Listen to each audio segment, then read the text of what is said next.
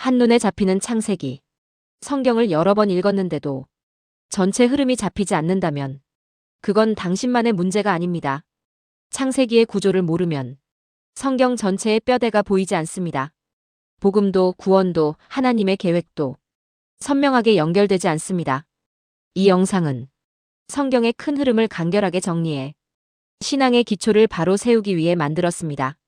창세기는 크게 두 부분으로 나뉩니다. 1장부터 11장까지는 창조, 타락, 홍수, 바벨 사건으로 인류의 시작과 죄의 확산을 다룹니다. 12장부터 50장까지는 아브라함, 이삭, 야곱, 요셉을 통해 하나님께서 한 사람을 선택하시고 한 민족을 세워가시는 과정을 보여줍니다. 이제 먼저 1장부터 11장까지의 흐름을 살펴보겠습니다. 1. 창세기 1장부터 11장까지의 핵심 흐름. 이 11장은 성경 전체의 기초를 이루는 부분입니다. 여기에는 창조와 타락, 심판과 동시에 주어진 구원의 약속이 처음으로 등장합니다. 이 구간의 흐름은 5가지로 정리됩니다. 첫째, 창조입니다. 하나님께서 천지를 창조하시고 사람을 하나님의 형상대로 지으셨습니다. 둘째, 타락입니다. 아담의 불순종으로 죄와 죽음이 세상에 들어왔습니다. 셋째, 죄의 확산입니다. 아담의 죄는 세대를 거쳐 번졌고 온 세상이 악으로 가득 차게 되었습니다. 넷째, 홍수 심판입니다. 하나님은 세상을 홍수로 심판하셨지만 노아의 가족을 통해 생명을 보존하셨습니다. 다섯째, 바벨탑 사건입니다. 인간은 하나님 없이 하나가 되려 바벨탑을 세웠으나 하나님은 언어를 혼잡하게 하여 인류를 흩으셨습니다. 마침내 하나님은 아브라함을 부르시고 구원의 역사를 본격적으로 시작하셨습니다. 자, 이제 각 장의 핵심 요지를 차례대로 살펴보겠습니다. 1. 창세기 1장. 첫째, 태초의 선언. 태초에 하나님이 천지를 창조하시니라. 성경은 하나님이 우주와 그 안에 있는 모든 존재의 창조자이심을 선언하며 시작합니다. 하늘과 땅은 창조 세계 전체를 가리키는 표현입니다. 이 구절은 하나님이 이전부터 이미 존재하셨고 모든 것이 그분으로부터 시작되었음을 분명히 합니다.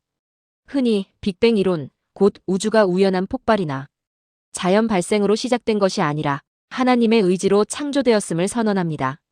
둘째, 6날 동안의 창조. 태초에 하나님께서 하늘과 땅을 창조하시고 첫째 날에는 빛을 창조하시어 빛과 어둠을 나누셨습니다. 둘째 날 궁창을 만드시고 궁창 위의 물과 아래의 물을 나누셨습니다. 궁창의 뜻은 위의 물과 아래의 물을 나누는 펼쳐진 공간, 즉 하나님께서 만드신 하늘입니다. 셋째 날 물을 한 곳으로 모아 바다를 이루게 하시고 마른 땅이 드러나게 하셨으며 땅에서 풀과 씨 맺는 채소와 열매 맺는 나무가 나게 하셨습니다. 넷째 날 해와 달과 별을 만드셔서 낮과 밤을 주관하게 하시고 날과 해와 계절을 이루게 하셨습니다. 다섯째 날에는 바다의 생물과 공중의 새를 창조하셨습니다.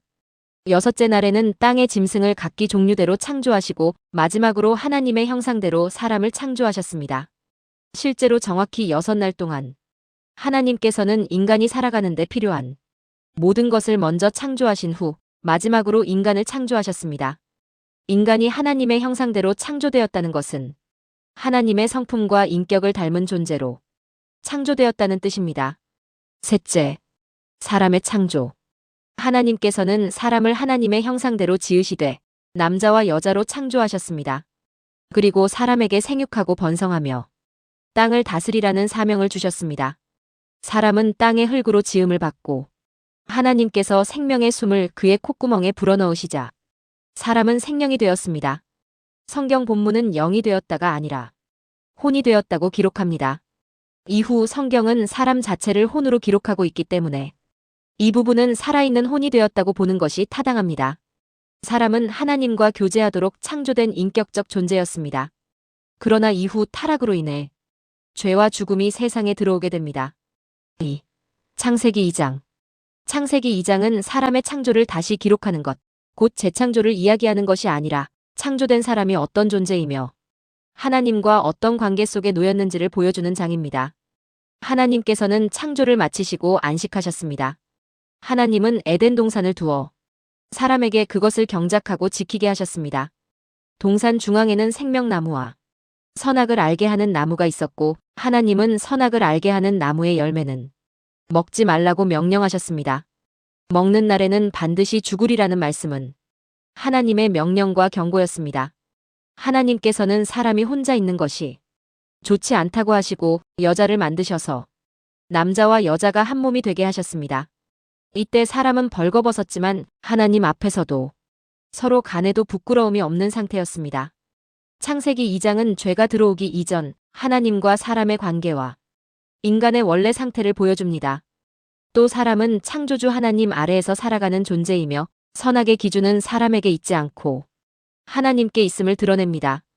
반드시 죽으리라는 말씀은 육체적 죽음뿐 아니라 하나님과의 관계 단절, 곧 영적 죽음까지 포함하는 경고였습니다. 3. 창세기 3장. 창세기 3장은 타락 이전의 질서가 어떻게 무너졌는지를 기록한 장입니다. 뱀은 하나님의 말씀을 정면으로 부정하기보다 말씀을 흔들고 변형하여 여자를 유혹했습니다. 여자는 그 말을 받아들여 선악을 알게 하는 나무의 열매를 먹었고 남자도 함께 먹었습니다. 그 결과 사람은 수치와 두려움을 느끼게 되었고 하나님을 피하여 숨게 되었습니다. 죄는 하나님의 말씀을 신뢰하지 않는 데서 시작되었습니다. 하나님께서는 먼저 아담을 부르시고 죄에 대한 책임을 물으셨으며 이어 여자와 뱀에게도 말씀하시고 각각 심판을 선언하셨습니다. 여자가 먼저 열매를 먹었지만 하나님의 명령은 처음에 아담에게 주어졌고 인간의 대표적 책임 역시 아담에게 있었습니다. 그래서 하나님은 아담을 먼저 부르셨고 그를 인류의 대표로 책임을 묻고 심판을 선언하신 것입니다. 그러나 하나님은 심판 가운데서도 구원의 약속을 주셨습니다.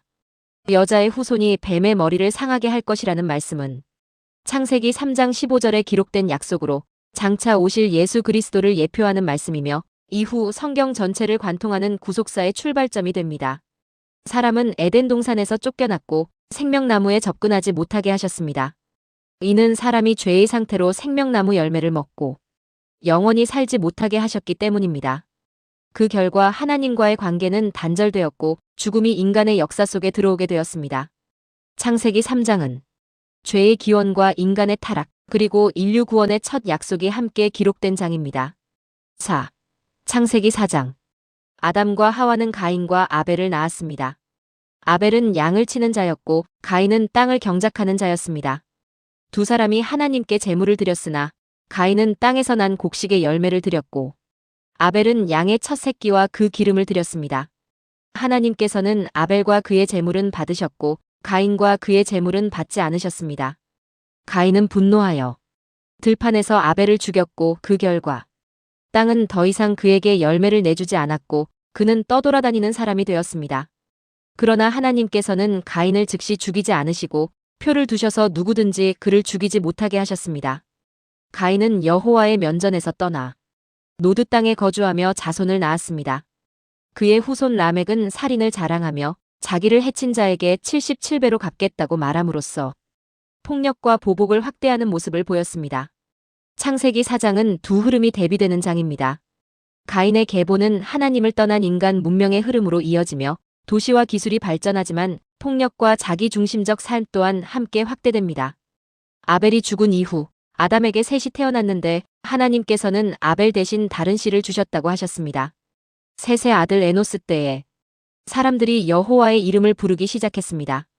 이 흐름은 창세기 5장으로 이어지며 이후 구속의 계보로 연결됩니다. 따라서 창세기 4장은 가인의 길과 셋의 길이 분명히 대비되며 인류 역사 속에서 두 흐름이 시작되는 분기점이 됩니다. 5. 창세기 5장. 창세기 5장은 아담부터 노아까지 이어지는 족보를 기록한 장입니다.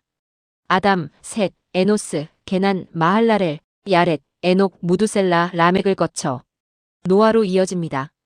이 계보는 이후 성경으로 계속 이어지며 구속의 계보로 연결되는 흐름을 형성합니다. 이 시대 사람들은 매우 긴 수명을 누렸습니다. 아담은 930년을 살았고 무두셀라는 969년을 살았습니다. 무두셀라는 성경에서 가장 오래 산 사람입니다. 그러나 모든 기록의 끝에는 반복해서 그리고 그는 죽었더라라는 말이 이어집니다. 이는 창세기 2장에서 선언된 선악을 알게 하는 나무의 열매를 먹는 날에는 반드시 죽으리라 하신 하나님의 말씀이 역사 속에서 이루어지고 있음을 보여줍니다. 에녹은 하나님과 동행하다가 죽음을 보지 아니하고 하나님께서 그를 데려가셨다고 기록되어 있습니다. 이는 하나님께서 원하시면 사람이 죽음을 거치지 않고도 자기에게로 옮기실 수 있음을 보여주는 사건입니다. 또한 장차 있을 하나님의 구원 사역을 예표하는 사건으로 이해할 수 있습니다. 노아가 태어났을 때 라멕은 저주받은 땅 때문에 우리가 수고와 고통 가운데 살아가지만 이 아이가 우리를 위로할 것이라고 하였습니다. 여기서 라멕은 가인의 후손 라멕과는 다른 인물로 셋의 계보에 속한 노아의 아버지입니다.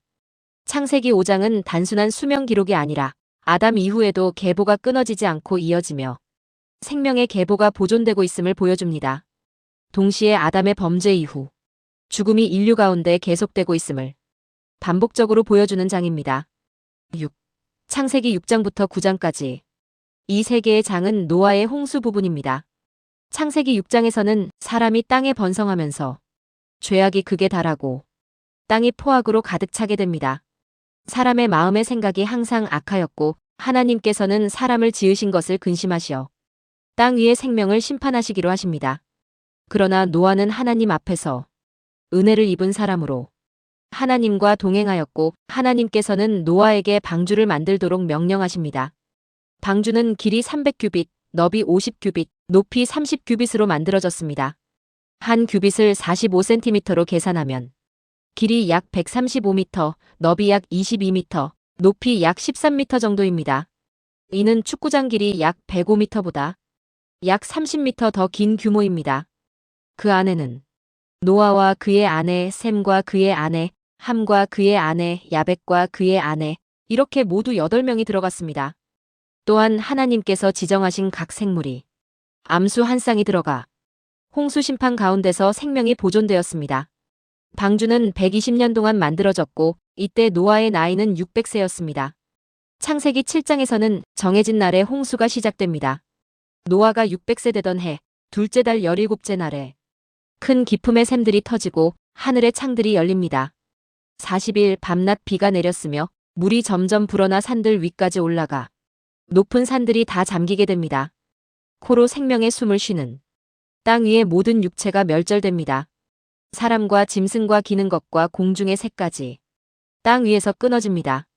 물은 땅 위의 가장 높은 산들보다 15규빗, 약 7m 정도 더 높이 올라 산들이 완전히 잠기게 됩니다. 오직 방주 안에 있던 생명만 살아남았고 물은 150일 동안 땅을 덮고 있었습니다.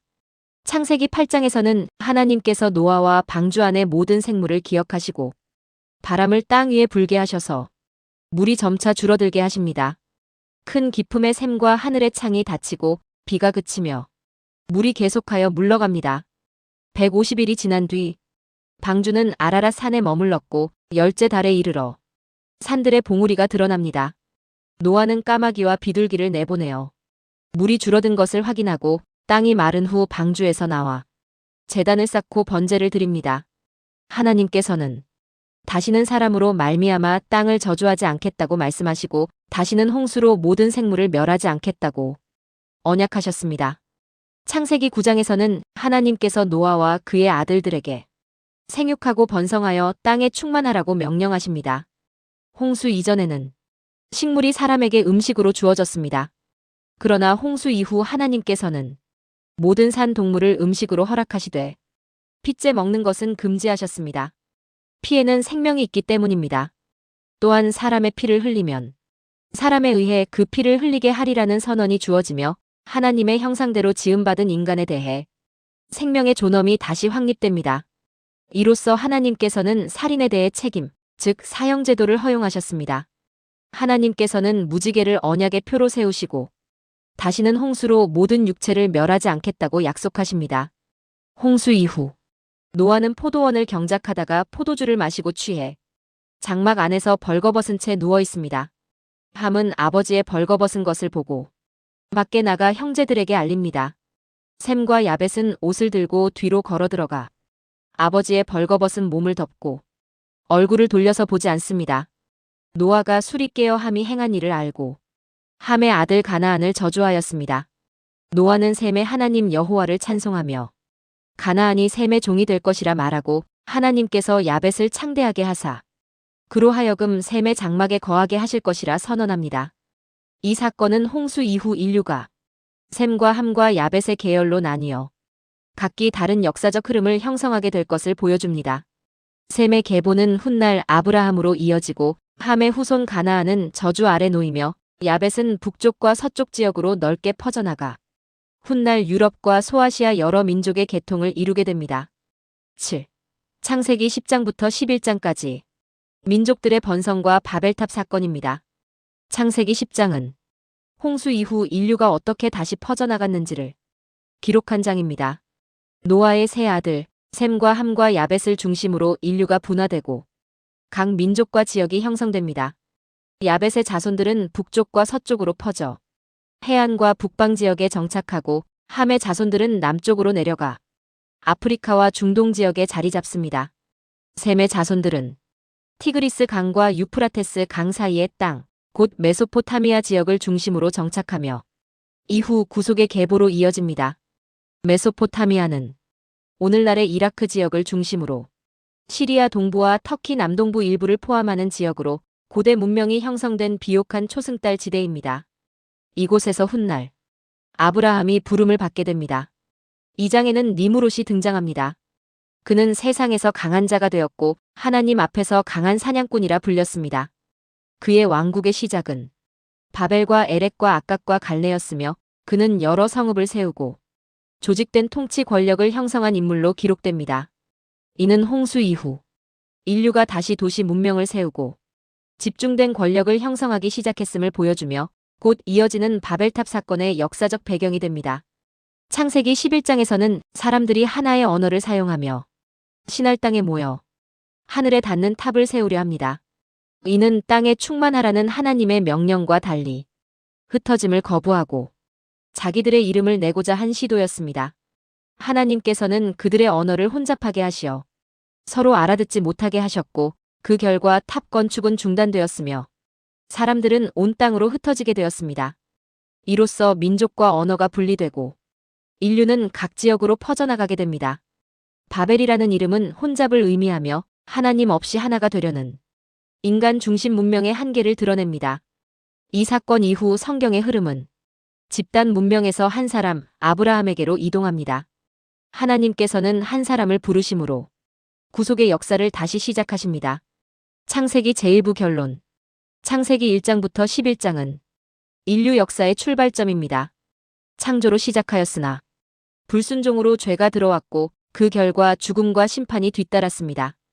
홍수는 전 지구적 심판이었으며 바벨 사건은 인류의 언어와 민족 분산으로 이어졌습니다. 그러나 이러한 심판의 역사 속에서도 하나님께서는 생명을 보존하시고 언약을 세워가셨습니다. 특히 창세기 3장 15절의 약속은 여자의 씨를 통한 구속 계획이 이미 시작되었음을 보여줍니다. 그리고 12장에서 하나님께서는 아브라함을 부르심으로 구속의 역사를 한 사람을 통해 집중적으로 전개해 가십니다. 여기까지 창세기 제1부를 마치고 계속하여 창세기 제2부가 이어집니다. 제2부 아브라함과 이삭. 창세기 12장부터 26장까지입니다.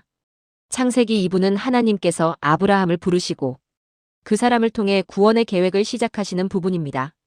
하나님과 약속을 맺으셨으며 그 약속을 아들 이삭에게 이어주셨습니다. 여기서 중요한 것은 두 가지입니다. 하나는 하나님이 아브라함에게 주신 약속이고 다른 하나는 아브라함이 그 약속을 믿는 믿음입니다. 1. 아브라함의 부르심. 창세기 12장 1절부터 9절까지입니다. 하나님은 갈대아 우르, 곧 지금의 이라크 지방에 살던 아브라함에게 고향과 친족과 아버지의 집을 떠나 그가 보여줄 땅으로 가라고 명하십니다.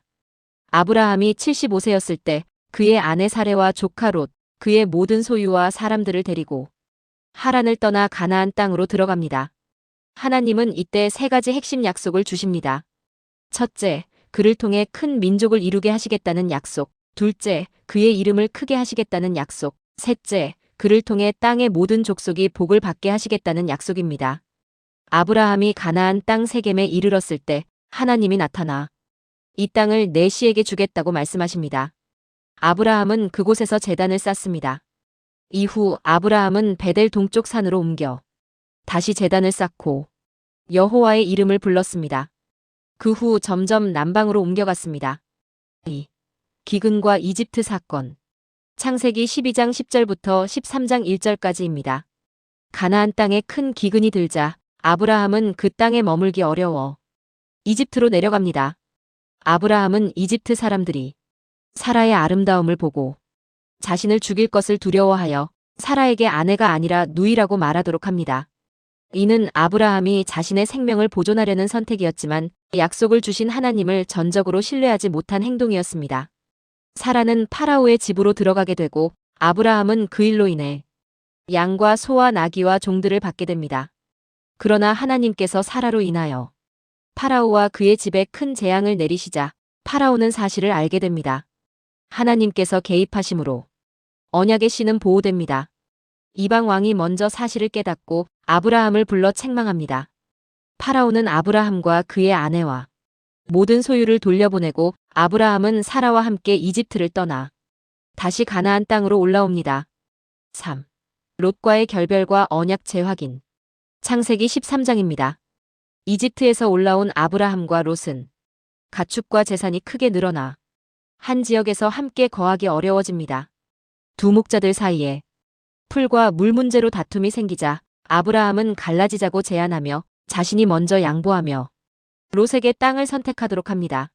롯은 요단 들판을 바라보고 물이 넉넉하고 에덴 동산처럼 보이는 그 지역을 택합니다. 그 땅은 소돔과 고모라 방향이었습니다. 성경은 소돔 사람들은 사악하여 주 앞에 큰 죄인이었더라 기록할 만큼 도덕적으로 극심하게 타락한 도시였습니다. 롯은 눈에 보이는 조건을 따라 소돔 근처로 옮겨가고 점점 그 성 안으로 들어가게 됩니다. 롯이 떠난 뒤 하나님은 다시 아브라함에게 나타나 동서남북으로 보이는 모든 땅을 그와 그의 씨에게 주겠다고 말씀하십니다. 또한 그의 자손을 땅에 티끌같이 많게 하겠다고 언약을 재확인하십니다. 롯이 선택한 것은 즉시 보이는 번영이었고 아브라함이 받은 것은 시간이 지나야 이루어질 하나님의 약속이었습니다. 아브라함은 헤브론 마물의 상수리나무 근처에 거하며 그곳에서 다시 주께 제단을 쌓습니다. 4. 내 왕과의 전쟁, 롯 구출. 창세기 14장 1절부터 16절까지입니다. 엘람 왕 그들라오메를 중심으로 한 시날 왕, 엘라살 왕, 고임 왕, 이 네 왕이 연합하여 요단 지역 5왕을 공격합니다. 전쟁은 시띵 골짜기에서 벌어지고 소돔과 고모라 왕은 패하여 도망하다가 역청 구덩이에 빠집니다. 성읍은 약탈당하고 그 안에 거하던 사람들과 재물이 모두 끌려갑니다. 소돔에 거하던 롯과 그의 가족, 그리고 모든 재산도 함께 사로잡혀 북쪽으로 끌려갑니다. 이 소식을 들은 아브라함은 집에서 길러 훈련시킨 종 318명을 이끌고 단까지 약 200km를 추격합니다. 아브라함은 전쟁에서 승리한 뒤 롯과 그의 재물, 함께 잡혀간 사람들과 물품을 모두 되찾아옵니다. 그러나 롯은 구원받았음에도 불구하고 다시 소돔으로 돌아갑니다. 5. 멜기세덱과 소돔 왕. 창세기 14장 17절부터 24절까지입니다. 아브라함이 네 왕을 물리치고 롯과 사람들과 재물을 되찾아 돌아올 때 소돔 왕은 사회 골짜기, 곧 왕의 골짜기에서 그를 맞이합니다. 그때 살렘 왕 멜기세덱이 떡과 포도주를 가지고 나옵니다. 성경은 그를 지극히 높으신 하나님의 제사장이라고 기록합니다. 그는 아브라함을 축복하며 천지의 주제이신 지극히 높으신 하나님께 복을 받을지어다 고 말합니다. 전쟁의 승리가 아브라함의 군사력 때문이 아니라 하나님의 도우심 때문임을 선언하는 장면입니다. 아브라함은 전쟁에서 얻은 모든 것 가운데 10분의 1을 멜기세덱에게 줍니다. 이는 율법 이전에 나타난 자발적 11조의 첫 기록입니다. 이후 소돔 왕이 사람은 돌려주고 재물은 가지라고 제안하지만 아브라함은 단호히 거절합니다. 실 한 오락이나 신발끈 한 가닥도 취하지 않겠다고 말합니다. 자신을 부하게 한 자가 소돔 왕이 아니라 하나님이심을 분명히 하기 위함입니다. 신약성경 히브리서 7장은 이 멜기세덱을 의의 왕, 평강의 왕이라 부르며 족보도 시작도 끝도 기록되지 않은 하나님의 영원한 제사장이라고 기록합니다. 따라서 이 장면은 단순한 역사 기록이 아니라 장차 오실 영원한 제사장이신 예수 그리스도를 미리 보여주는 장면입니다. 6. 언약 체결과 칭의 선언. 창세기 15장입니다. 내 왕과의 전쟁 이후 아브라함은 외적으로는 승리했지만 내적으로는 후손이 없는 현실 앞에서 한탄합니다. 그때 하나님이 나타나 말씀하십니다. 두려워하지 말라. 나는 내 방패여 내 지극히 큰 보상이라. 아브라함은 아직 자식이 없고 자신의 종 엘리에셀이 상속자가 될 거라고 말합니다.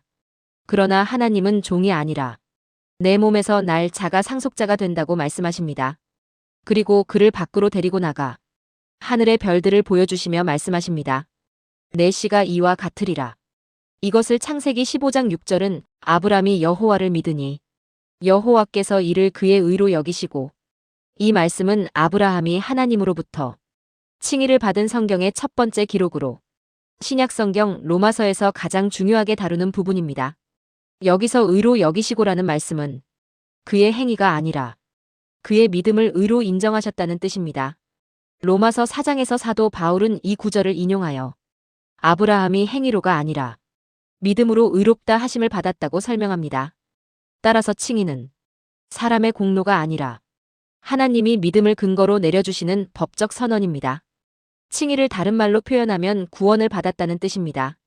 이어 15장 13절부터 18절에서 하나님은 아브라함의 자손이 타국에서 약 400년 동안 종살이하게 될 것과 거기서 큰 재물을 가지고 나오게 될 것과 애굽 강에서부터 그 큰 강 유브라데까지 내 자손에게 주노라고 약속하십니다.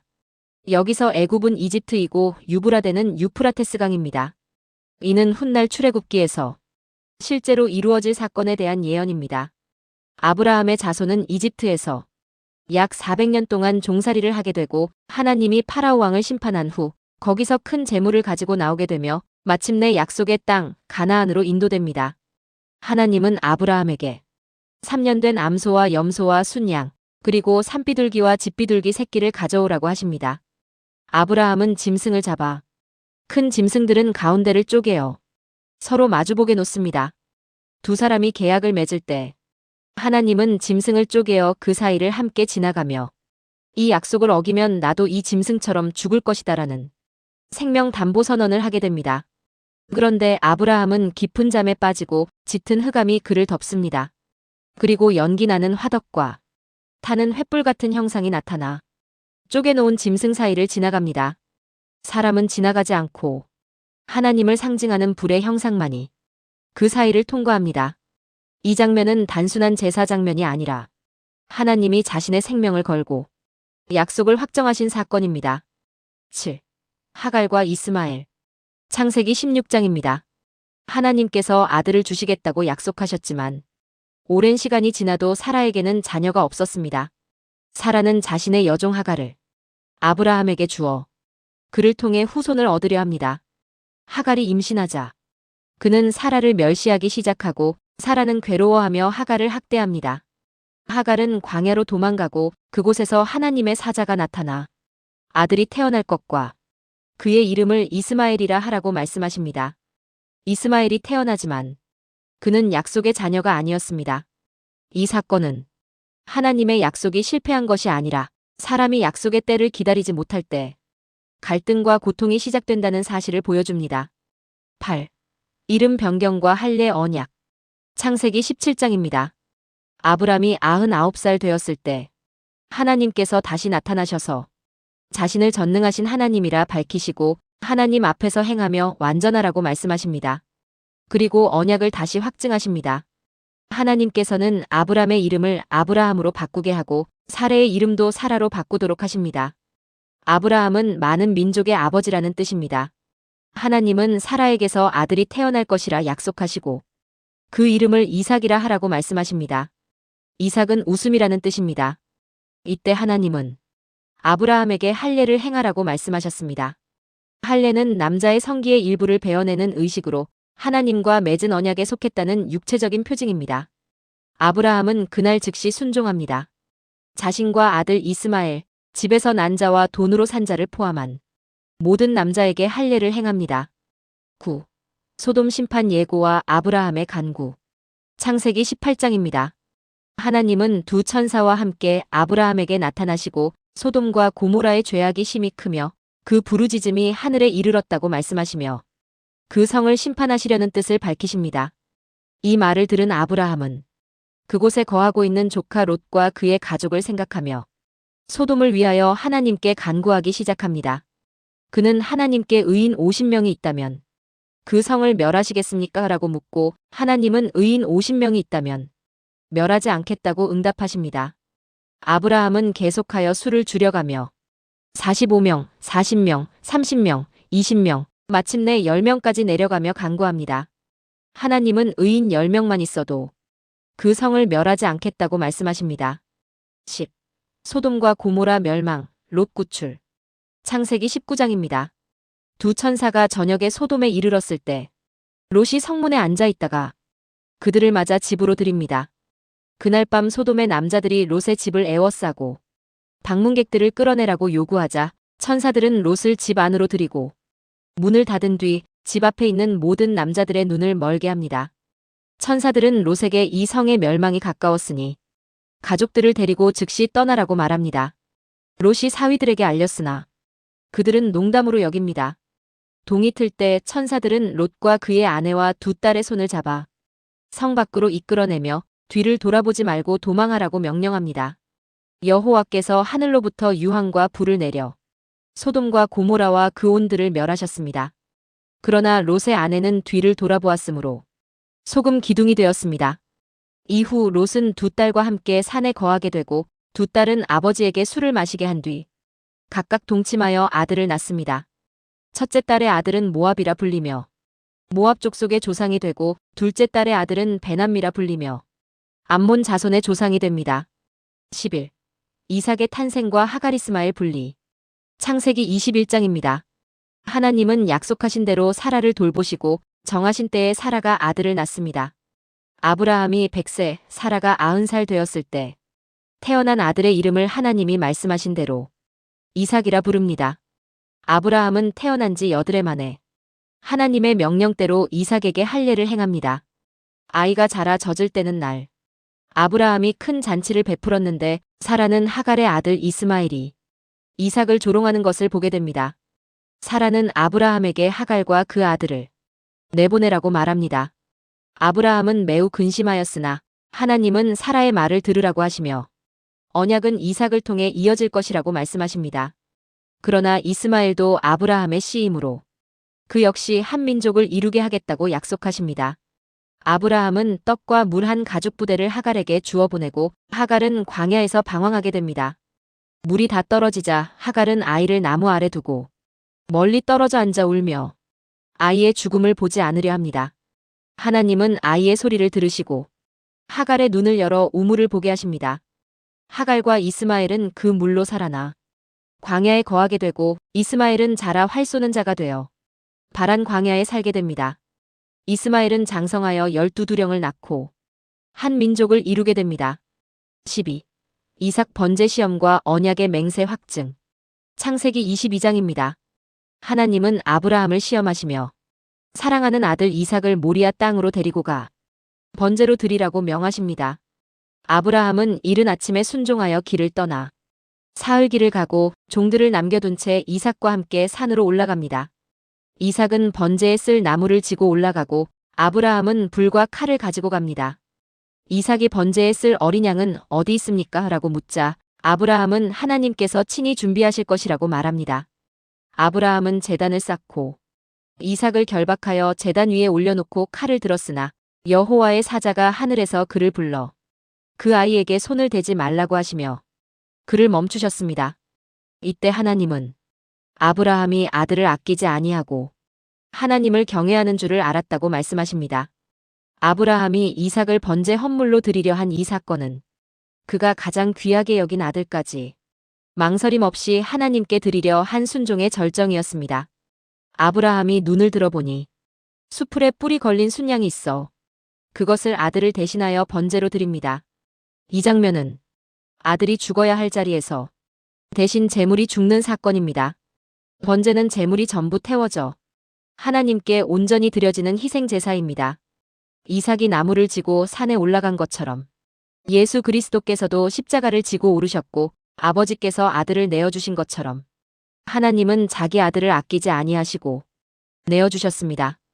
그리고 마지막 순간 이삭 대신 순양이 죽은 것처럼 죄인은 죽어야 하지만 예수 그리스도께서 대신 죽으심으로 대속이 이루어졌습니다. 아브라함은 그곳 이름을 여호와 이레라 하였습니다. 이는 여호와께서 준비하신다는 뜻입니다.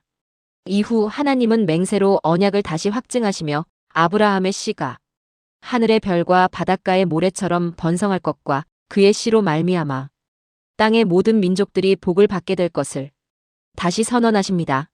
13. 사라의 죽음과 매장. 창세기 23장입니다. 사라는 가나안 땅 헤브론, 곧 기랴사르바에서 127세에 죽습니다. 아브라함은 슬퍼하며 애곡한 뒤 헷 족속에게 자신이 이 땅에서 거류하는 나그네라고 말하며 매장할 땅을 요청합니다. 헷사람 에브론은 자기 밭에 있는 막벨라 굴을 제시하지만 아브라함은 공짜로 받지 않고 정식으로 값을 치르겠다고 말합니다. 그는 성문 앞 사람들 앞에서 공개적으로 그 밭과 굴을 삽니다. 아브라함이 지불한 금액은 은 400세겔이었습니다. 이로써 막벨라 굴과 그 주변 밭은 법적으로 아브라함의 소유가 됩니다. 이곳은 훗날 아브라함과 이삭, 야곱, 그리고 그들의 아내들이 묻히는 가문의 공식 매장지가 됩니다. 14. 이삭의 결혼. 창세기 24장입니다. 아브라함은 나이가 많아지자 자기 집의 가장 늙은 종에게 맹세를 시키고 가나안 사람 가운데서가 아니라 자기 친족 가운데서 이삭의 아내를 구해오도록 합니다. 그 종은 메소포타미아, 곧 아브라함의 형제 나홀의 가족이 살던 성읍으로 가 우물가에서 하나님께 구체적인 표적을 구합니다. 자신이 물을 달라고 할 때 물을 줄 뿐 아니라 낙타들에게도 자원하여 물을 길어주는 여인이 있다면 그가 하나님께서 정하신 이삭의 아내라는 기도였습니다. 리브가가 이 기도 그대로 행하였고 종은 그녀가 아브라함의 친족임을 확인한 뒤 하나님의 인도하심을 확신합니다. 리브가는 가족의 동의를 얻어 종과 함께 가나안으로 오고 들에서 묵상하던 이삭은 리브가를 맞이하여 아내로 맞이합니다. 이로써 이삭은 어머니 사라의 죽음 이후 위로를 얻게 됩니다. 15. 아브라함의 죽음. 창세기 25장 7절부터 10절까지입니다. 아브라함은 175세를 살고 기력이 다하여 죽어 자기 백성에게로 돌아갑니다. 그의 아들 이삭과 이스마엘이 함께 그를 막벨라 굴에 장사합니다. 그곳은 사라가 묻힌 곳이며 아브라함이 은 400세겔을 주고 산 막벨라 굴입니다. 이로써 아브라함의 생애는 마무리되고 하나님이 그에게 주신 언약은 이삭에게 이어집니다. 16. 에서와 야곱 출생, 이삭 시대 사건. 창세기 25장 19절부터 26장까지입니다. 이삭과 리브가 사이에 쌍둥이가 태어납니다. 먼저 나온 아이는 붉고 털이 많아 에서라 불렸고 뒤이어 형의 발꿈치를 잡고 나온 아이가 야곱이라 불립니다. 두 사람이 자라면서 에서는 들사람으로 사냥을 좋아했고 야곱은 장막에 거하는 사람으로 기록됩니다. 창세기 26장에서 그 땅에 다시 흉년이 들자 이삭은 그랄로 옮기려 합니다.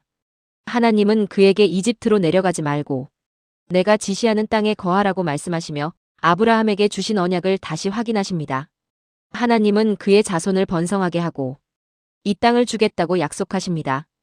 이삭이 그랄에 거하며 농사를 지었을 때 그 해에 100배의 소출을 얻어 크게 부유해지자 블레셋 사람들이 시기하여 아브라함 때 팠던 우물들을 메워버립니다. 이삭은 다투지 않고 자리를 옮겨가며 우물을 다시 파지만 목자들 사이에 분쟁이 생길 때마다 양보합니다. 마침내 다툼이 없는 곳에 이르러 그곳 이름을 르호봇이라 부르며 하나님께서 넓게 하셨다고 말합니다. 이후 브엘세바로 올라갔을 때 하나님이 밤에 나타나 두려워하지 말라. 내가 내 아버지 아브라함을 위하여 너와 함께하겠다고 말씀하시며 언약을 다시 확인하십니다. 이삭은 그곳에 제단을 쌓고 장막을 치며 우물을 팝니다. 창세기 26장 34절과 35절에서는 에서가 헷 족 여인 둘을 아내로 맞이하게 되는데 이 일로 인해 이삭과 리브가의 마음에 근심이 되었다고 기록됩니다. 창세기 제2부 결론. 창세기 12장부터 26장은 하나님께서 한 사람을 선택하시고 언약을 통해 구속의 역사를 구체적으로 전개하시는 부분입니다. 하나님은 아브라함을 부르시고 땅과 자손과 복을 약속하셨으며 그를 통해 모든 민족이 복을 받게 하겠다고 선언하셨습니다. 아브라함은 약속을 즉시 보지 못했지만 믿음으로 순종하였고 하나님은 그의 믿음을 의로 여기셨습니다. 이 언약은 이삭에게 이어지며 하나님께서 인간의 행위가 아니라 자신의 약속에 따라 역사를 이끌어 가심을 보여줍니다. 여기까지 창세기 제2부를 마치고 계속하여 창세기 제3부가 이어집니다. 제3부 야곱과 12아들 창세기 27장부터 36장입니다. 이 구간은 하나님의 언약이 이삭에서 야곱에게로 확정되는 부분입니다. 야곱은 장자의 축복을 받고 형을 피해 도망자가 됩니다. 외삼촌 라반의 집에서 20년을 지내며 속고 또 속는 시간을 통과합니다. 야복강에서 하나님과 씨름한 후 야곱은 이스라엘이라는 새 이름을 받습니다. 핵심은 두 가지입니다. 선택과 변화입니다. 하나님은 야곱을 선택하셨고 그를 다루어 이스라엘로 변화시키셨습니다. 1. 장자의 축복과 선택 창세기 25장 19절부터 28장까지입니다. 에서와 야곱은 리브가의 태 안에서부터 서로 다투었고 하나님은 큰 자가 어린 자를 섬기리라 말씀하셨습니다. 에서가 먼저 태어났고 야곱은 그의 발꿈치를 잡고 나왔습니다. 성장한 뒤 에서는 들에서 사냥하는 사람이 되었고 야곱은 장막에 거하는 사람이었습니다. 어느 날 에서가 들에서 돌아와 몹시 배고파하였을 때 야곱은 팥죽을 주는 대신 장자권을 팔라고 요구합니다. 장자권은 가문의 상속권과 영적 계승권을 포함한 중요한 권리였습니다. 에서는 이를 가볍게 여기고 맹세로 장자의 권리를 넘깁니다. 노년의 시력이 약해진 이삭은 장자의 축복을 장자인 에서에게 주려 하지만 리브가의 계획으로 야곱은 형 에서의 옷을 입고 손과 목에 염소 가죽을 붙여 털 많은 형처럼 꾸밉니다. 눈이 어두운 이삭을 속여 에서 대신 장자의 축복을 받습니다. 이삭은 목소리를 의심하지만 손의 감촉과 냄새를 확인한 뒤 결국 축복을 선언합니다. 이미 선포된 축복은 되돌릴 수 없게 되고 에서는 크게 통곡하며 야곱을 죽이려 합니다. 야곱은 형 에서의 분노를 피해 외삼촌 라반이 살고 있는 메소포타미아 지역의 하란으로 도망합니다. 하란은 그의 어머니 리브가의 고향으로 야곱이 약 20년 동안 머물게 되는 곳입니다. 2. 베델에서의 언약 재확인 창세기 28장입니다. 야곱은 형을 피해 하란으로 가는 길에서 돌을 베고 잠이 듭니다. 꿈에 하늘에 닿은 사닥다리가 보이고 하나님의 천사들이 그 위를 오르내리는 장면을 봅니다. 그 위에 서신 하나님께서 아브라함과 이삭에게 주신 언약을 야곱에게 다시 말씀하십니다. 그가 누워있는 이 땅을 그와 그의 자손에게 주시고 자손이 땅에 티끌같이 많아질 것과 땅의 모든 족속이 그의 씨로 말미암아 복을 받을 것을 약속하십니다. 또한 어디로 가든지 그와 함께 하시고 그를 지켜 다시 이 땅으로 돌아오게 하겠다고 말씀하십니다. 잠에서 깬 야곱은 이곳에 하나님이 계심을 알지 못하였다고 말하며 두려워합니다. 그는 그곳을 베델이라 부릅니다. 베델은 하나님의 집이라는 뜻입니다. 야곱은 하나님을 자기 하나님으로 섬기겠다고 서원하고 하나님께서 자신을 지켜주신다면 10분의 1을 드리겠다고 약속합니다. 이 장면은 조상에게 주어진 언약이 야곱 개인에게 확증되는 사건입니다. 3. 라반의 집과 연단의 시간 창세기 29장부터 31장까지입니다. 야곱은 하란에 도착하여 외삼촌 라반의 집에 머물게 됩니다. 그는 라반의 둘째 딸 라헬을 사랑하여 그녀를 얻기 위해 7년 동안 봉사합니다. 그러나 결혼식 밤 라반이 얼굴을 가린 채 큰딸 레아를 들여보내 야곱은 속은 줄도 모른 채 언니 레아와 먼저 결혼하게 됩니다. 야곱은 다시 7년을 더 봉사하여 라헬을 아내로 맞이하고 이후 가축을 맡아 기르며 6년을 더 지내 총 20년을 라반의 집에서 보냅니다. 이 기간은 속임을 당한 야곱이 연단을 받는 시간입니다. 레아와 라헬 사이에는 자녀 경쟁이 일어나고 두 여종 비라와 실바도 자녀를 낳게 됩니다. 레아에게서 르우벤, 시므온, 레위, 유다, 이사갈, 스불론이 태어났고 라헬의 여종 비라에게서 단과 납달리, 레아의 여종 실바에게서 갓과 아셀이 태어납니다. 라헬에게서는 마침내 요셉이 태어납니다.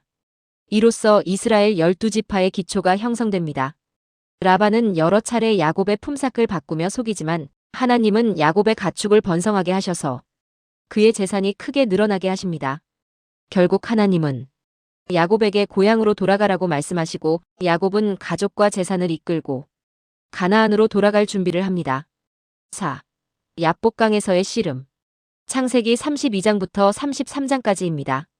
야곱은 가족과 재산을 이끌고 가나안으로 돌아오는 길에 형 에서가 400명을 거느리고 온다는 소식을 듣고 두려워합니다. 그는 가족과 소유를 둘로 나누어 먼저 보내고 밤에 홀로 야복강에 남습니다. 그 밤에 한 사람이 날이 새도록 야곱과 씨름합니다. 그 사람이 야곱의 환도뼈를 치자 그의 허벅지 관절이 어긋나게 됩니다. 그러나 야곱은 축복하지 아니하면 보내지 않겠다고 붙듭니다. 그는 야곱에게 이제 내 이름을 야곱이라 하지 않고 이스라엘이라 부를 것이라 선언합니다. 야곱은 그곳 이름을 브니엘이라 부르며 내가 하나님을 대면하여 보았으나 내 생명이 보존되었다고 말합니다. 이 사건 이후 야곱은 도망자가 아니라 언약을 붙든 사람으로 서게 됩니다. 야곱은 형 에서를 만나기 전 가축대를 여러 무리로 나누어 차례로 앞서 보내며 선물로 바칩니다. 그리고 직접 나아가 몸을 7번 땅에 굽히며 형에게 절합니다. 에서는 달려와 야곱을 안고 입맞추며 두 사람은 눈물로 화해합니다. 5. 12아들의 형성과 언약의 가문. 창세기 34장부터 36장까지입니다. 야곱의 딸 디나가 세겜 성읍에 나갔다가 그 땅의 추장 하몰의 아들 세겜에게 욕을 당하였습니다. 디나의 오빠들인 시므온과 레위가 분노하여 세겜과 하몰을 속이고 할례를 받으면 너희들과 혼인과 교류를 허락하겠다고 말합니다. 세겜 성읍의 남자들이 야곱의 아들들의 요구대로 모두 할례를 받고 사흘째 되어 통증이 가장 심해 움직이기 어려운 때였습니다. 그 틈을 타 시므온과 레위가 칼을 들고 성읍에 들어가 모든 남자들을 죽이고 여동생 디나를 데리고 나옵니다. 이어 다른 형제들도 들어가 가축과 재물, 여자와 아이들까지 빼앗아 성을 약탈합니다. 야곱은 이 일로 인해 주변 가나안 족속과 브리스 족속의 원한을 사 자신과 가족이 공격을 받을까 두려워합니다. 하나님은 야곱에게 베델로 올라가라고 명하시고 야곱은 집안에 있던 우상들을 제거한 뒤 베델에서 다시 제단을 쌓습니다. 하나님은 그곳에서 야곱의 이름을 다시 이스라엘이라 부르시며 아브라함과 이삭에게 주신 언약을 재확인하십니다. 이후 라헬은 둘째 아들 베냐민을 낳다가 죽고 길가 에브랏 곧 베들레헴에 장사됩니다. 이삭도 나이가 차서 180세에 죽고 에서와 야곱이 함께 그를 장사합니다. 창세기 36장에서는 에서의 계보가 길게 기록되며 야곱의 언약 계보와 구별됩니다. 야곱에게는 레아, 라헬 그리고 두 여종 비라와 실바를 통해 모두 12아들이 태어납니다. 이 12아들은 훗날 각기 한 지파의 조상이 되어 이스라엘 12지파를 형성합니다. 이로써 한 사람에게 주어진 언약이 이제 한 가문을 넘어 민족의 틀을 갖추게 됩니다. 창세기 3부 결론. 창세기 27장부터 36장은 야곱을 중심으로 하나님의 선택과 언약의 계승이 전개되는 부분입니다. 야곱에 대한 이삭의 축복은 인간적인 속임수 속에서 이루어졌지만 하나님의 계획은 흔들리지 않았습니다.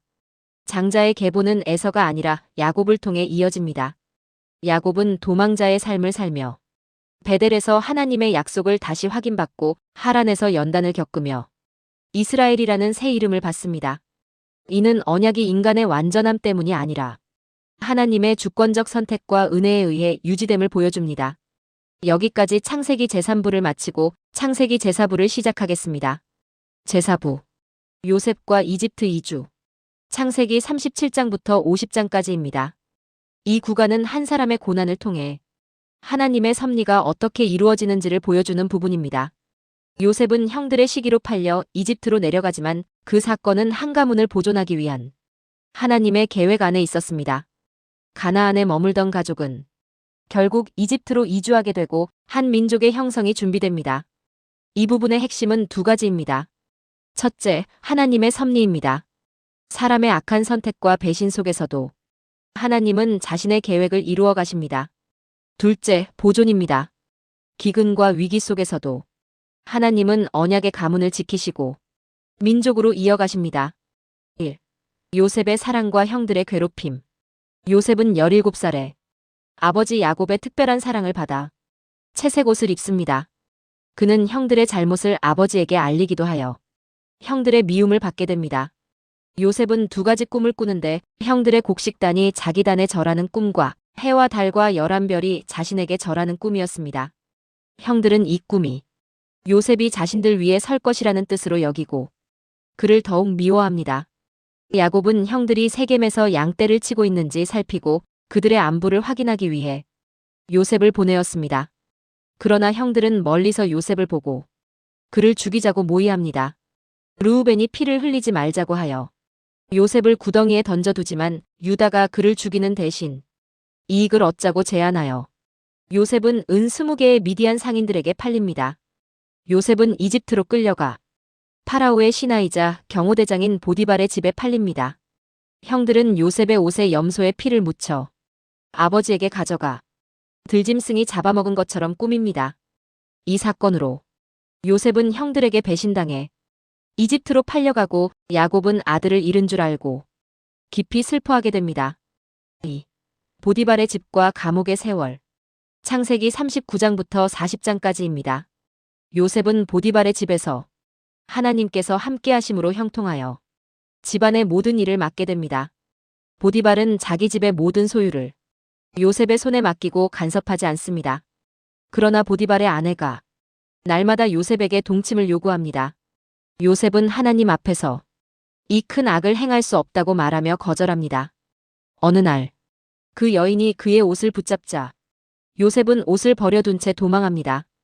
그 여인은 요셉이 자기를 겁탈하려 했다고 거짓으로 고발하고 보디발은 그 말을 듣고 분노하여 요셉을 감옥에 가둡니다. 요셉은 억울하게 갇히지만 감옥에서도 하나님께서 함께 하심으로 간수장이 모든 죄수를 그의 손에 맡깁니다. 그곳에서 파라오의 술 맡은 관원장과 빵 굽는 관원장이 각각 꿈을 꾸고 요셉은 해석은 하나님께 속한 것이라 말하며 그 뜻을 풀이합니다. 술 맡은 관원장은 포도 3송이가 익어 잔에 짜 넣는 꿈을 꾸었고 요셉은 그것이 사흘 안에 직분이 회복된다는 뜻이라 해석합니다. 빵 굽는 관원장은 머리 위 새 광주리에 빵이 있고 새들이 그것을 먹는 꿈을 꾸었는데 요셉은 사흘 안에 처형될 것을 뜻한다고 풀이합니다. 사흘 뒤 그대로 이루어져 술 맡은 관원장은 직분을 회복하고 빵 굽는 관원장은 처형됩니다. 요셉은 자신을 기억해달라고 부탁하지만 술 맡은 관원장은 그를 잊어버립니다. 3. 파라오의 꿈과 총리 등극. 창세기 41장입니다. 요셉이 감옥에 갇힌 지 만 2년 후 파라오는 두 가지 꿈을 꿉니다. 살진 암소 7을, 파리한 암소 7이 삼키는 꿈과 좋은 이삭 7을, 마른 이삭 7이 삼키는 꿈이었습니다. 이집트의 모든 박사와 술객이 해석하지 못하자 술 맡은 관원장이 감옥에서 만났던 요셉을 기억합니다.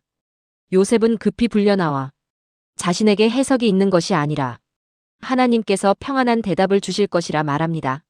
그는 앞으로 7년 큰 풍년이 있고 그 뒤에 7년 심한 흉년이 와 풍년의 풍족함이 완전히 잊혀질 것이라 설명합니다. 그리고 풍년 동안 각 성읍의 곡식을 저장하여 흉년을 대비하라고 제안합니다. 파라오는 하나님의 영이 함께한 사람으로 요셉을 인정하고 자신의 반지를 빼어 그의 손에 끼워주며 온 이집트의 총리로 세웁니다. 이때 요셉의 나이는 30살이었습니다. 요셉은 이집트 전역을 다니며 풍년 동안 곡식을 거두어 저장하고 흉년이 시작되자 이집트뿐 아니라 여러 나라 사람들이 곡식을 사러 이집트로 모여듭니다. 4. 형제들의 방문과 가족 이주. 창세기 42장부터 47장까지입니다. 흉년이 가나안 땅에도 심해지자 야곱은 아들들을 이집트로 보내 곡식을 사오게 합니다. 베냐민은 보내지 않고 10형제만 내려갑니다. 요셉의 형들은 이집트의 총리 앞에 엎드려 절하고 요셉은 그들을 알아보지만 그들은 요셉을 알아보지 못합니다. 요셉은 통역을 세워 낯선 사람처럼 말하며 그들을 정탐꾼으로 몰아 시험합니다. 그는 막내 동생 베냐민을 데려오라고 요구하고 시므온을 붙잡아두며 곡식을 주어 돌려보냅니다.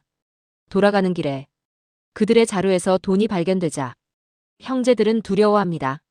흉년이 계속되자 야곱은 마침내 베냐민을 보내기로 허락하고 형제들은 두 번째로 이집트에 내려갑니다. 요셉은 그들을 집으로 초대하여 잔치를 베풀고 베냐민에게는 다른 형제들보다 5배의 음식을 줍니다. 그 후 요셉은 청지기에게 명하여 자기 은잔을 막내 베냐민의 곡식자루에 몰래 넣어보내게 합니다. 형제들이 길을 떠난 뒤 추격하여 자루를 수색하자 은잔이 베냐민의 자루에서 나옵니다.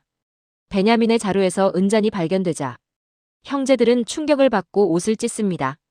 막내만 남겨두고 돌아갈 수 없다며 모두 함께 다시 이집트 총리 앞에 섭니다. 그 자리에서 유다는 앞으로 나와 이 아이 대신 내가 종이 되겠다고 말하며 아버지가 베냐민을 잃으면 슬픔으로 죽을 것이라고 간절히 호소합니다. 형제들이 예전과 달라진 모습을 보이자 요셉은 더 이상 감정을 억누르지 못하고 모든 사람을 물러가게 한 뒤 자신이 그들이 팔아넘긴 요셉임을 밝힙니다.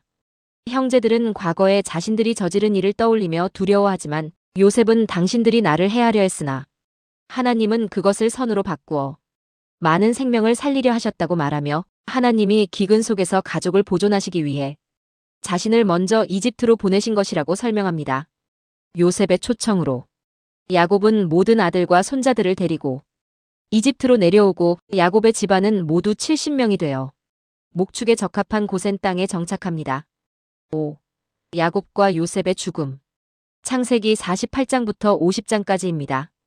야곱은 이집트에서 17년을 더 살며 병들어 임종이 가까워집니다. 요셉이 두 아들 므낫세와 에브라임을 데리고 오자 야곱은 손을 엇바꾸어 오른손을 차자인 에브라임의 머리 위에 얹고 왼손을 장자인 므낫세 위에 얹어 의도적으로 축복합니다. 요셉이 장자의 머리 위에 오른손을 얹어달라며 아버지의 손을 옮기려 하지만 야곱은 이를 알고도 손을 바꾸지 않으며 형도 한 민족이 되겠지만 동생이 더 크게 될 것이라고 선언합니다. 이어 12아들을 불러 각 지파의 장래에 대해 예언합니다. 특히 유다에게 왕권이 떠나지 아니하며 실로가 오시기까지 통치자의 규가 그에게서 떠나지 않을 것이라 말합니다. 이는 앞으로 이스라엘의 왕이 유다 지파에서 나오게 될 것을 뜻합니다. 훗날 다윗 왕이 유다 지파에서 나오고 그 계보를 통해 메시아가 오게 됩니다. 실로는 다스릴 권리를 가진 분을 가리키는 표현으로 궁극적으로는 모든 민족이 복종하게 될 참된 왕을 말합니다. 즉 야곱의 이 예언은 장차 유다 지파에서 나올 왕, 곧 메시아에 대한 약속을 미리 보여주는 말씀입니다. 야곱은 자신을 가나안 땅 헤브론에 있는 막벨라 굴에 장사해달라고 명하고 147세에 숨을 거둡니다. 요셉은 파라와의 허락을 받아 애굽의 고관들과 함께 야곱의 시신을 가나안으로 운구하여 아브라함과 이삭이 묻힌 막벨라 굴에 장사합니다.